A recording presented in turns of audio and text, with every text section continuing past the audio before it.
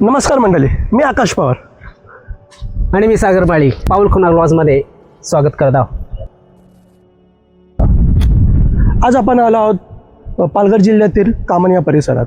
आणि कामन या परिसरातील आपण जिथे उभे आहेत तो आहे खोलांडे गाव.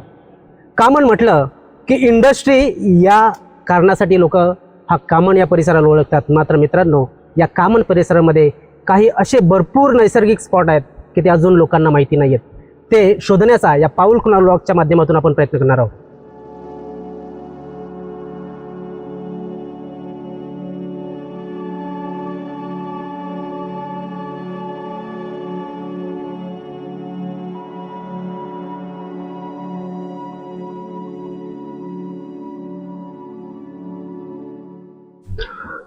तर खोलांडे या गावामध्ये आपण उभे असताना असं होऊ शकत नाही की ही निसर्ग देवतेची जी परिसर आहे, हा एरिया आहे, त्या एरियामध्ये उभे राहिल्याच्या नंतर आपल्या मागे जे दिसत आहे ते ताराई मातेचं, तारा देवीचं मंदिर आहे. आणि या मंदिराची आख्यायिका अशी आहे की महाराष्ट्रामध्ये हे एकमेव आपल्या खोलांडे गावामध्ये मंदिर आहे. आणि दुसरं मंदिर जे आहे ते वर्ल्ड फेमस मंदिर आहे, ते म्हणजे तारा मातेचं, ते हिमाचल प्रदेश या परिसरामध्ये आहे. तर पुण्य पावन असलेलं हे क्षेत्र आहे. आणि या क्षेत्रामध्ये आपण इथून आपल्या प्रवासाला सुरुवात करतो आहे. पाऊलखुणा शोधण्यासाठी पहिलं पाऊल या ठिकाणी टाकतो आहे. या क्षेत्राविषयी, या गावाविषयी बोलायचं झालं तर समुद्र सपाटीपासनं 29 ते 30 मीटर हाईटवरती असलेला हा गाव आहे, हा परिसर आहे. आणि पूर्णपणे आदिवासी समाजाचा, आदिवासी संस्कृतीनं नटलेला आणि निसर्गाने आपण पाहतोय आपल्या मागे हे नटलेलं हे गाव आहे. यानंतर पुढे जर बघितलं या गावाचा प्रवास तर ताराई माता, त्यानंतर वाघोबा देव म्हटला तर आदिवासी समाजामध्ये सर्वांच्याच कुलदैवतांपैकी एक असलेला वाघोबा देव, ह्या वाघोबा देवाचं सुद्धा हे मंदिर आहे. आणि त्याच्या बाजूलाच असलेली एक जी मूर्ती आहे ती माळी म्हणून, माळी बाबा हे भक्त होते या देवीचे, आणि त्यांची सुद्धा एक मूर्ती या गावामध्ये इथे मंदिराच्या साईडला बसवली गेलेली आहे. हे परिसर पाहिलं तर कामन परिसरापासून कामन गावापासून किमान 3 किलोमीटर लांब आहे आणि कामन स्टेशनपासून 1 किलोमीटर लांब आहे. इथे सर्व तुम्हाला आदिवासी संस्कृती तसेच इतर समाजाचे, इतर जातीचे लोक या परिसरामध्ये बघायला मिळतील. मात्र ह्या गावामध्ये 100% आदिवासी पाडा असून हे परिसर हे आपण पाहतोय.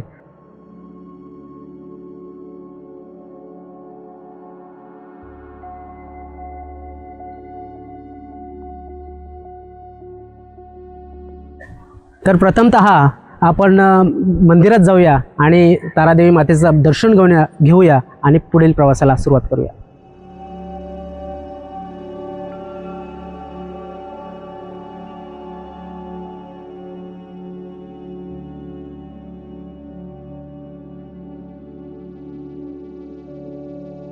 तारामातेचं मंदिर पाहिलं, 100 वर्षापेक्षा जुनं.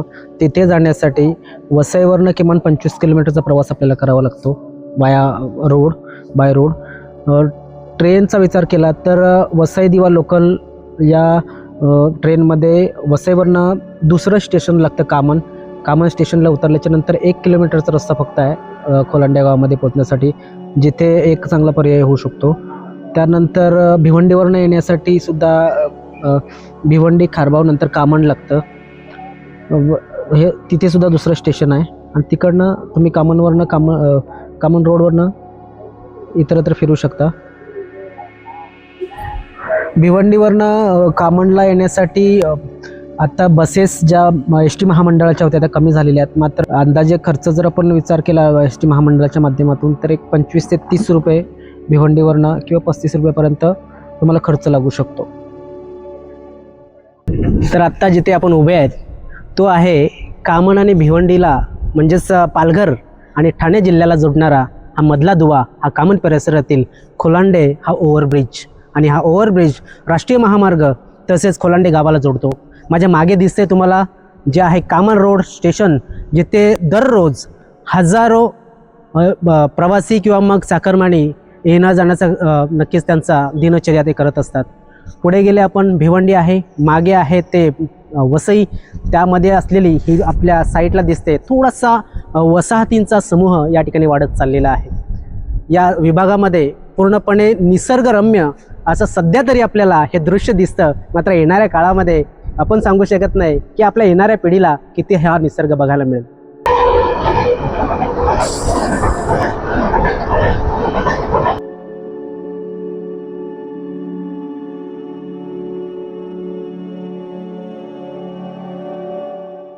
तर मित्रांनो, वसई आणि भिवंडीला जोडण्याचा हा उत्तम मार्ग बनला आहे. त्याच कारणामुळे इथे औद्योगिक क्षेत्रामध्ये खूप नवीनीकरण दिसण्यात येत आहे. सध्याच्या माहितीप्रमाणे MMRDAने भिवंडी शहरामध्ये 60 गावांचा समावेश केलेला असून इथे ट्रान्सपोर्ट हब आणि लॉजिस्टिक पार्क करण्याचे नियोजन केले आहे.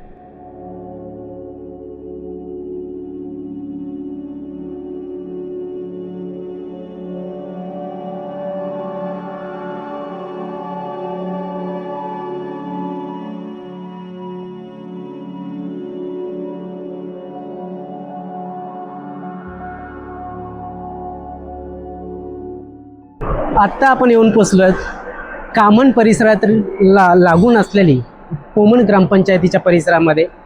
तिथे कामन म्हटलं की पोमण त्याच्यामध्ये जर समाविष्ट केलं नाही तर कामन पूर्ण होत नाही. आणि पोमण या ग्रामपंचायतीच्या परिसरामध्ये नवीन तयार होत असलेला उद्योग समूह हा कामनला लागून आणि कामनच्या विकासामध्ये नक्कीच एक मोलाचा सिंहाचा वाटा हा उचलत आहे. सध्या आपण पाहतोय निसर्ग आजूबाजूला असून मध्ये ही वसलेली विकसनशील इंडस्ट्री आहे आणि या इंडस्ट्रीच्या परिसरामध्ये सध्या आपण उभे आहेत आणि सुंदर नियोजन या इंडस्ट्रीचं सध्या तरी झालेलं दिसत आहे. या विभागामध्ये वसई सी फ्रोझन सारखी एक जुनी जाणती कंपनी, आईस फॅक्टरी आणि इतर अनेक कंपन्यांचं नवीन एक जाळं तयार होत आहे. आणि येणाऱ्या 10 ते 15 किलोमीटरच्या कामन परिसरातील माणसांच्या उदरनिर्वाहाचं एक साधन हे पोमण ग्रामपंचायतीच्या माध्यमातून किंवा मग पोमण ग्रामपंचायतीच्या अंतर्गत ही इंडस्ट्री तयार होत असताना दिसते. जवळच भिवंडीचा हा गोडाऊन परिसर, मागे असलेला वसईचा गोडाऊन परिसर किंवा कंपनी परिसर आणि आता नव्यानं तयार होत असलेली ही पोमण इंडस्ट्री अतिशय उत्कृष्ट काम हे आणि अतिशय विकसनशील काम ह्या जनतेच्यासाठी करणार आहे. हे आपण एखाद्या दिवशी एक सेपरेट व्हिडिओ करून प्रत्येक इंडस्ट्री एक्सप्लोअर करणार आहोत. मात्र सध्या ही थोडीशी तोंड ओळख ही आम्ही तुमच्यापर्यंत घेऊन आलोय आणि पुन्हा एकदा ही पाऊल खोण्यातली अजून एक खूण आम्ही पोमणची तुम्हाला पोहोचवलेली आहे. कामनपर्यंत जाऊन पोहोचलो.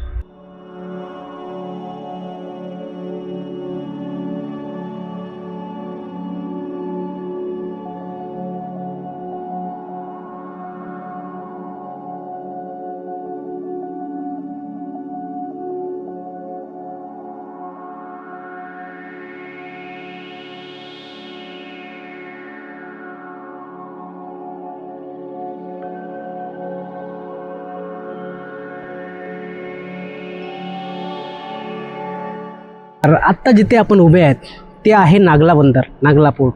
एकेकाळचं स्मगलिंगसाठी चुकीच्या पद्धतीने फेमस झालेलं माझं आत्ताचा काळ जो आहे तो बदलला आहे आणि इथे मच्छीमारी हा एकमेव व्यवसाय या ठिकाणी आपल्याला बघायला मिळतो. माझ्या मागे जी माणसं उभी आहेत, जे ग्रामस्थ उभे आहेत, ते पूर्णपणे मच्छीच्या या व्यवसायावरती अवलंबून असणारी लोक आहेत. आणि आत्ता सध्या माझ्या डाव्या साईडला तुम्ही पाहता की जो एक ब्रिज बघायला मिळतोय, तो ब्रिज आहे तो म्हणजे ठाणा आणि वसई किंवा मग ठाणा आणि पालघर या 2 जिल्ह्यांना जोडणारी ही नवीन कनेक्टिव्हिटी तयार होत असताना आपल्याला बघायला मिळते. ज्या पद्धतीने आपण उभे आहेत, ज्या पोर्टवरती आपण उभे आहेत, तिथे असलेला हे एक फेमस बंदर आहे आणि या फेमस बंदरामध्ये सध्या पावसाळ्याच्या काळामध्ये आपल्याला मच्छीचं नक्कीच आवक बघायला मिळते.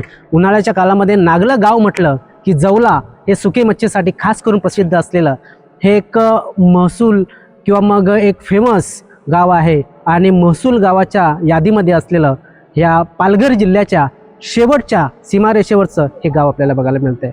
तर पाहूया पूर्णपणे आपण ड्रोनच्या माध्यमातून. नक्कीच वरून बघायला मिळेल. मात्र माझ्या मागे बघा एक सुंदर असा ठांग समुद्र.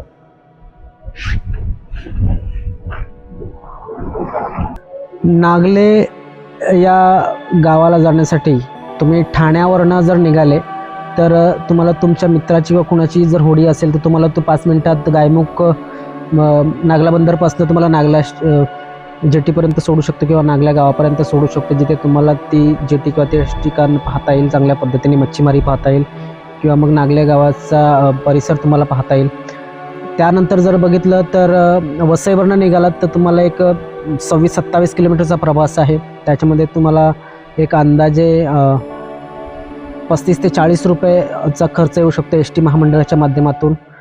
नागला गाव म्हटलं की भरपूर काही नावाजलेल्या गोष्टी आहेत. त्याच्यामध्ये AP tours, Anil Patil tours म्हणून एक सध्या उदयाला येत असलेली टूर्स कंपनीसुद्धा आपल्याला बघायला मिळते, जी लोकांना जगभर फिरून आणते. त्यानंतर गणेश पाटील नावाचे एक शर्यत वेडा माणूससुद्धा याच गावात राहतो, जे आपल्याला नक्कीच बघायला मिळतं. त्यानंतर तिसऱ्यांदा जर आपण पाहिलं तर तिसरा असा एक माणूस आहे, नागल्याचा शेठ माणूस म्हणून तुम्ही इंस्टाग्रामला पाहत असाल, तो सुद्धा या नागल्या गावचा सुपुत्र आहे, तो म्हणजेच निखिल जाधव.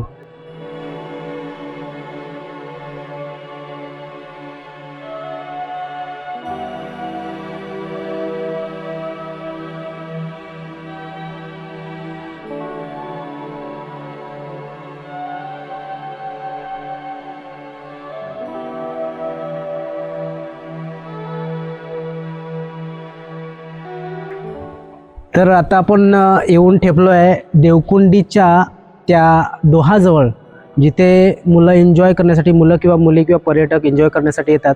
मात्र माझ्या मागे तुम्ही बघताय की महाराष्ट्र पोलिसांनी इथे नायगाव पोलीस स्टेशनच्या माध्यमातून मनाई आदेश लावण्यात आलेला आहे. कारण की प्रत्येक वर्षी प्रत्येक महिन्याला जेव्हा पावसाळा चालू होतो तेव्हा एखादा ना एखादा पर्यटक इथे आपला जीव गमावत असतो. तो डोह अतिशय चांगला डोह आहे, मात्र त्या डोहाच्या खोलीच्या माहितीच्या अभावी काही अघटित घटना ज्या घडत आहेत. मात्र आपण जाऊन थोड्या वेळ ते तिथे पाहूया आणि तुम्हाला दाखवतो आम्ही आता तो डोह किती चांगला आहे, मात्र लोकांसाठी का मृत्यूचा सापळा बनतो आहे.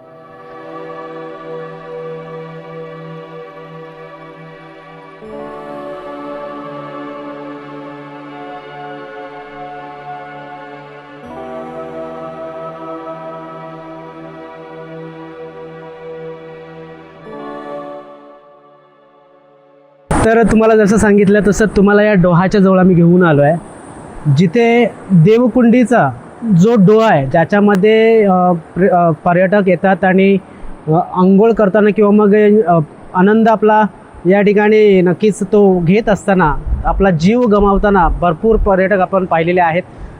देवकुंडी हे एक पवित्र नाव आहे. कदाचित या ठिकाणी काही काळापूर्वी इथे बसलेला जो आदिवासी समाज आहे त्यांच्या समजुतीप्रमाणे देवकुंडी म्हणजे देवांचा एक डोह, देवांचा एक कुंड, अशी एक पवित्र ठिकाण असलेलं. आज मात्र या डोहाचं नाव हे मृत्यूचा सापळा म्हणून बदनाम होतो आहे. मात्र जे नवीन जी मुलं येतात कॉलेजची किंवा मग लहान वयाची मुलं आहेत किंवा मग काही जे आपला जीव गमावतात ते असंच गमावत नाही, तर त्याच्यामध्ये जास्तीत जास्त मद्यपान केलेली व्यक्ती किंवा मग पोहण्यासाठी अक्षम असलेले असे पर्यटक त्यांनीच या ठिकाणी जीव गमावलेला आहे. मात्र सध्या तरी प्रत्येकासाठी हे खुलं नाही आहे.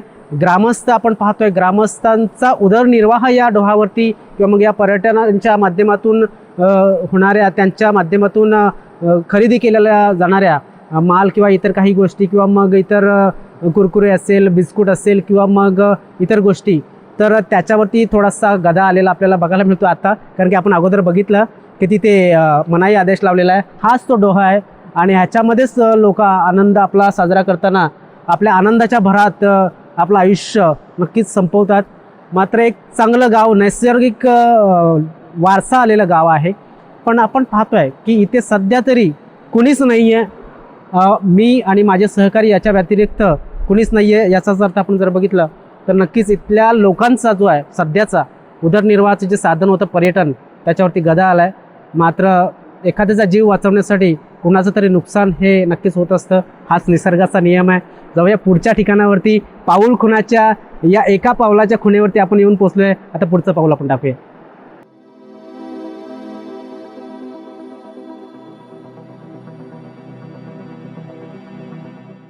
कर्मधर्म संयोगाने ग्रामस्थ भेटले आहेत आणि आपण ज्या डोहावरती, देवकुंडी डोहावरती आलेलो होतो, तिथे ग्रामस्थ भेटलेले आहेत. दादा, तुमचं नाव? रघुनाथ रामू मस्कर भेटलेले आहेत.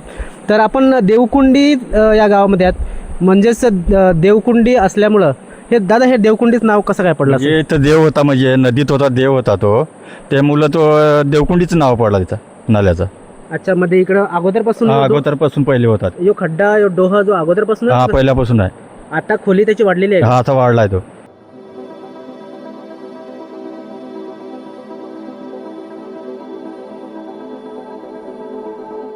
आम्ही आलो तेव्हा आम्हाला इथं बोर्ड दिसला का बाबा जायला बंदी आहे, पोलिसांनी लावलाय. जे माहिती आहे ना त्यांना येऊन देतात, बाकी बाहेरचे लोक येतात ना त्यांना येऊन देत नाही.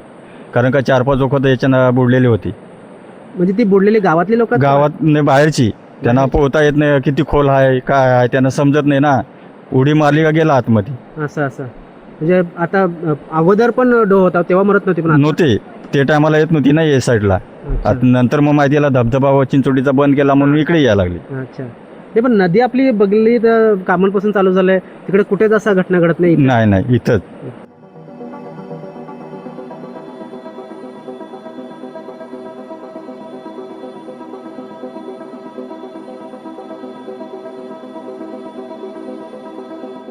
चांगला पर्याय इथे पण आहे.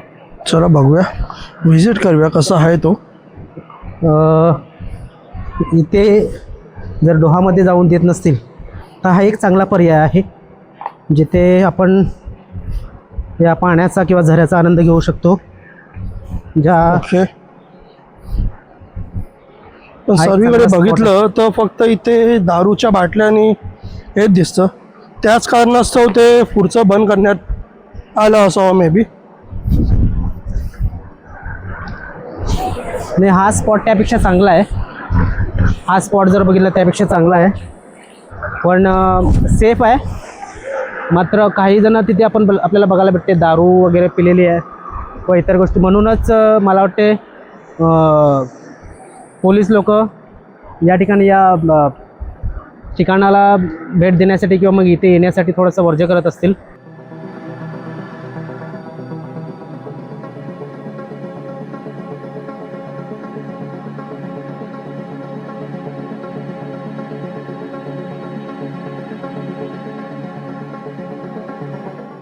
आता तुम्हाला आम्ही हा लोकेशन दाखवलं, तर इथे यायचं कसं ते दाखवतो. इथून बाहेर पायवाट आहे, चालत जावं लागेल थोडंसं.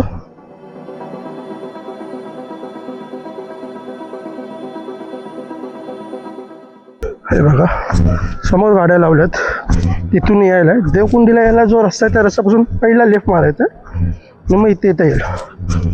तर हे एक ठिकाण आहे, देवकुंडी जवळच आहे. देवकुंडीच्या येण्याच्या रस्त्याच्या अगोदर एक राईट येतो टर्न ब्रिजच्या नंतर, तिथे हे आहे, हे खदान आहे मुळात. आणि इथे सध्या तरी आपल्याला बघायला मिळतं आहे की घरी टाकण्यासाठी किंवा मग अँगलिंग करण्यासाठी भरपूर जण उपस्थित आहेत. त्याच्यात आमचे सासरे बुवा पण सासरे आहे. बुवा पण आहेत. मला सासरे बुवांना विचारू काय भेटलं आहे. प्रणय दिसतो आमचा त्याच्यात.